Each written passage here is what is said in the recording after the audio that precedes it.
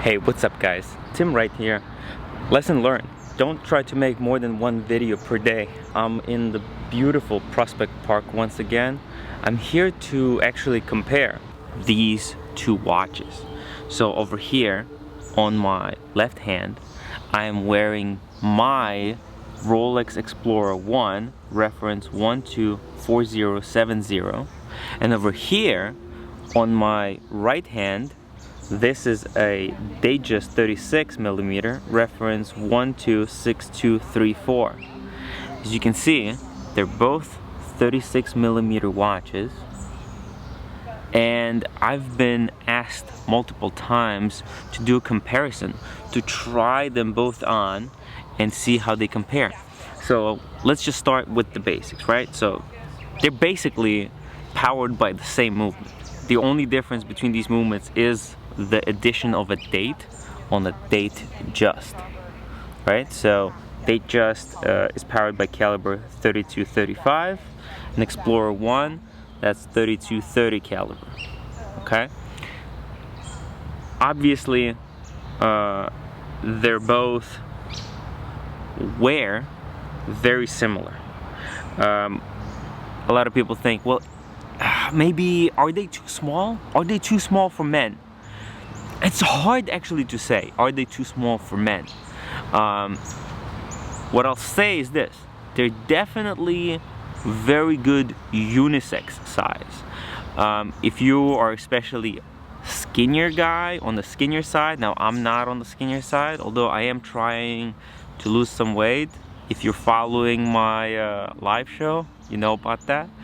But as you can see, these watches, they don't look too bad, but they don't, they're not very show-offy, in the sense that if you're from far away, you might not be able to recognize that this is a Rolex as much as you would recognize if this was a date just 41.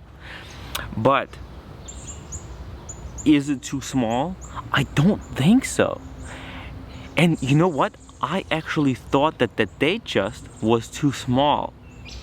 But when I had it sized for my wrist, and now that it's a perfect fit, actually, you know what? I like it.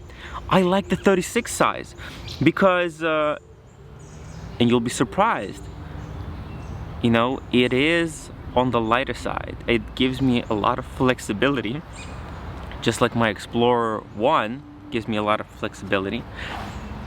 However, just 36 is actually heavier than the Explorer 1, and not now that I'm wearing it. But maybe, you know what? Maybe it's because I'm wearing it on the wrong arm.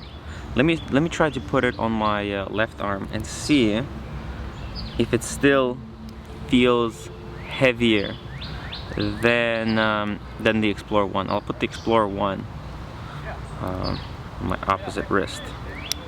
Okay, here we go. Here we go. No, you know what? They're both light. Never mind.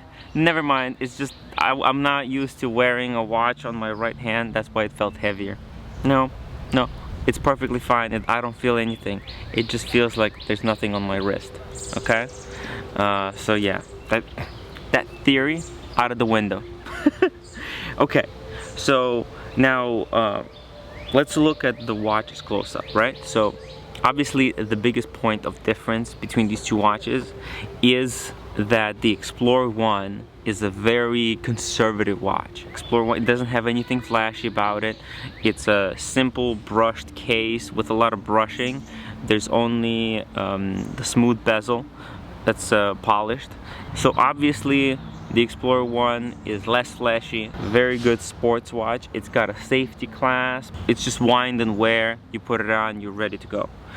The Datejust, however, especially with the Jubilee bracelet, without the safety clasp, so there is no safety clasp, it just opens up like that, and also with the fluted bezel, is a much more dressier watch.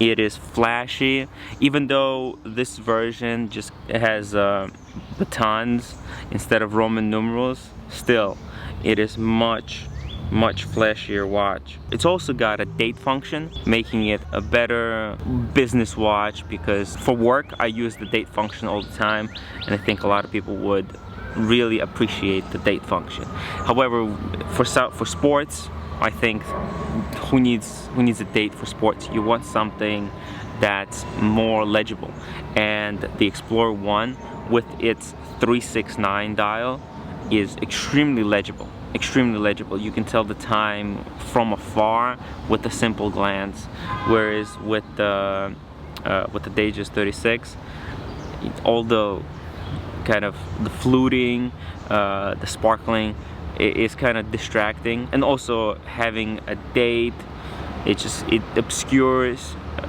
portion of a dial, and the fact that there's no Mercedes hands makes it a little bit more difficult to read, although it's still an extremely legible watch. But can you and should you get both of these watches? And I think, you know what? I think yes.